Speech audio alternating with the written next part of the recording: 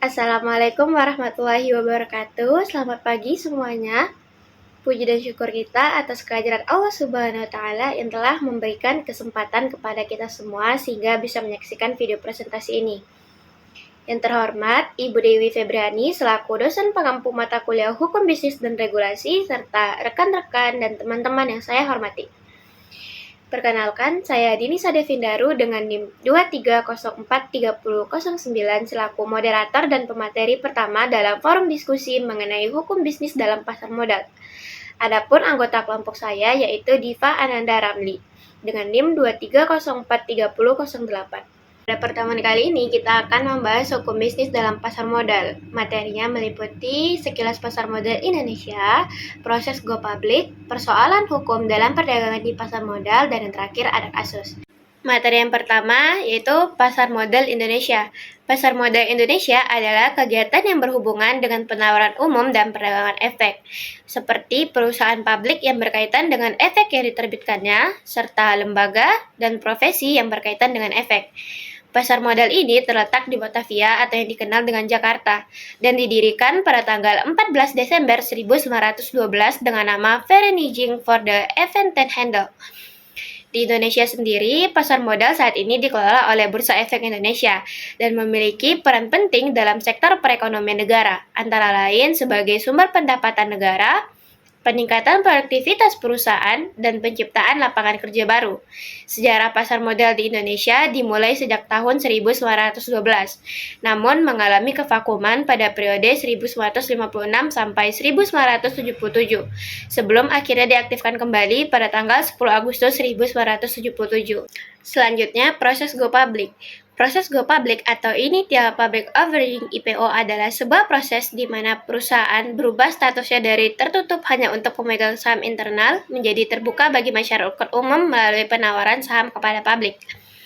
Proses ini melibatkan beberapa tahapan, antara lain: yang pertama, persiapan awal dan persiapan dokumen. Perusahaan melakukan persiapan awal dan dokumen-dokumen yang diperlukan untuk go public. Kedua, perusahaan menyampaikan permohonan perjanjian pendahuluan pencatatan saham ke Bursa Efek Indonesia untuk mencatatkan sahamnya. Proses ini melibatkan beberapa langkah seperti pemilihan investasi bank, pendaftaran saham, penyusunan prospektus, dan evaluasi oleh otoritas pengawas pasar modal. Setelah itu, saham perusahaan akan diperdagangkan di bursa saham, memungkinkan investor publik untuk membeli dan menjual saham tersebut. Manfaat dari go public sendiri antara lain adalah memperoleh sumber pendanaan baru, meningkatkan nilai perusahaan, meningkatkan likuiditas, memberikan intensif kepemilikan saham kepada karyawan, dan memperoleh perhatian media dan komunitas. Namun, proses go public juga melibatkan resiko dan konsekuensi, seperti berbagi kepemilikan, kewajiban melaporkan informasi secara terbuka, dan tekanan untuk kinerja perusahaan yang lebih tinggi. Selanjutnya ada persoalan hukum dalam perdagangan di pasar modal. Yang pertama, Undang-Undang Pasar Modal. Pasar modal secara tegas melarang kegiatan perdagangan efek yang mengandung unsur penipuan, manipulasi pasar, dan perdagangan orang dalam, karena mengancam kepentingan masyarakat investor atau pemodal yang mengharamkan modalnya, dan menimbulkan ketidakpercayaan masyarakat terhadap industri pasar modal ini. Kedua, kewenangan BPPAM-LK. BPPAM-LK memiliki kewenangan untuk melakukan pemeriksaan dan penyidikan terhadap pelanggaran kegiatan di bidang pasar modal yang didasarkan pada pasal 5 huruf V Undang-Undang Pasar Modal yang pelaksanaannya didasarkan pada Kitab Undang-Undang Hukum Acara Pidana atau KUHP dan 15 Sultan Remi Sejah Dini Pertanggungjawaban Pidana. Selanjutnya itu perlindungan hukum bagi investor. Perlindungan hukum dalam kegiatan ekonomi bisnis, khususnya pasar modal, melibatkan para pihak pelaku pasar modal, terutama pihak emiten, investor, dan lembaga-lembaga penunjangan kegiatan pasar modal, yang mana para pihak tersebut didominasi oleh subjek berupa badan hukum berbentuk perseroan terbatas. Selanjutnya ada tindak pidana penipuan dalam pasar modal. Beberapa persoalan hukum yang mungkin dihadapi dalam pasar modal meliputi tindak pidana penipuan yang mungkin dilakukan oleh para pihak pelaku pasar modal. Terakhir itu persyaratan perizinan. Pemerintah berkepentingan untuk menerapkan persyaratan perizinan, persetujuan, atau pendaftaran lembaga-lembaga penunjang kegiatan pasar modal untuk melindungi kepentingan masyarakat investor atau pemodal dan menjaga ketidakpercayaan masyarakat terhadap industri pasar modal. Dalam rangka mengatasi persoalan hukum dalam perdagangan di pasar modal, penting bagi para pihak terlibat, baik mereka yang melakukan kegiatan pasar modal maupun pihak yang dianggap sebagai pemangku kebijakan hukum, untuk memahami dan mematuhi peraturan dan ketentuan yang berlaku. Materi selanjutnya itu ada kasus.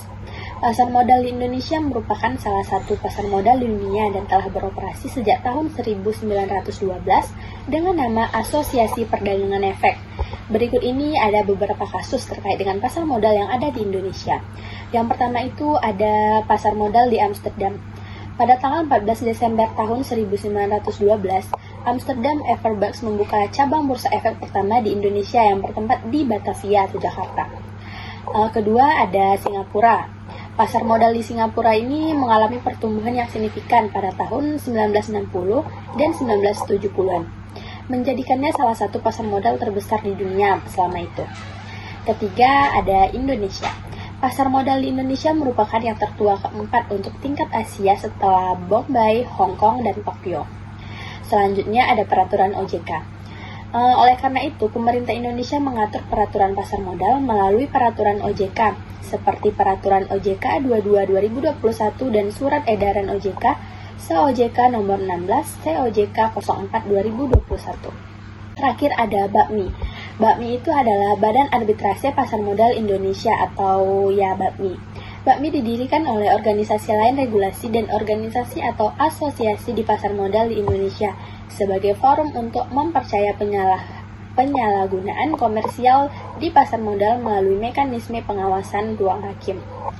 Dalam konteks pasar modal di Indonesia, penting untuk memahami dan mematuhi peraturan dan ketentuan yang berlaku, serta menjaga integritas dan transparansi dalam proses perdagangan. Sekian video presentasi dari kami. Apabila ada salah kata dan kurangnya materi, kami mohon maaf sebesar-besarnya. Saya akhiri. Assalamualaikum warahmatullahi wabarakatuh.